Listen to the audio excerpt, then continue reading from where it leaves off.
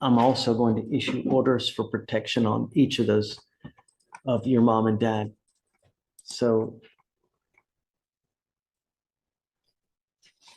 if I can get this thing to work.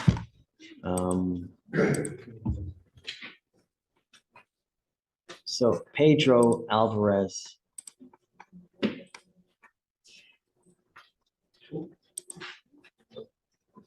And Maria Garcia de Alvarez, they're both now will be identified as protected individuals. You cannot commit family violence or an assault against them.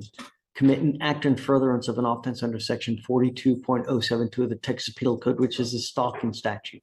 You cannot threaten, harass, use another person to communicate a threat or harassing behavior.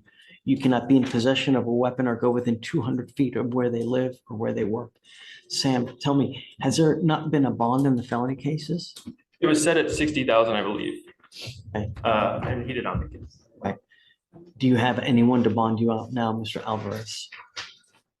I've been given his sister's number. He says that I think she's the best person I have to get in touch with, but he doesn't think she'll be able to make it.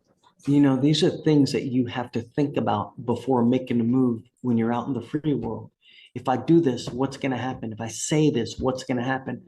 If you don't have anyone in this world that's going to bond you out, is it worth it?